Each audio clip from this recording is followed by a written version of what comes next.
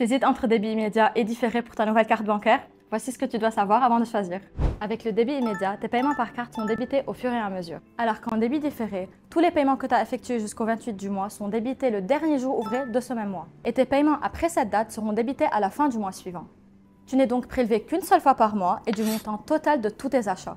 En optant pour le débit immédiat, tu suis tes dépenses et sais exactement combien il te reste sur ton compte pour éviter tout découvert. Ça te permet de gérer ton budget au fil de l'eau et ça peut t'aider à éviter les dépenses excessives. Ouais, mais avec le débit différé, tu as plus de flexibilité. C'est super pratique si tu as un gros achat à faire, genre un cadeau commun.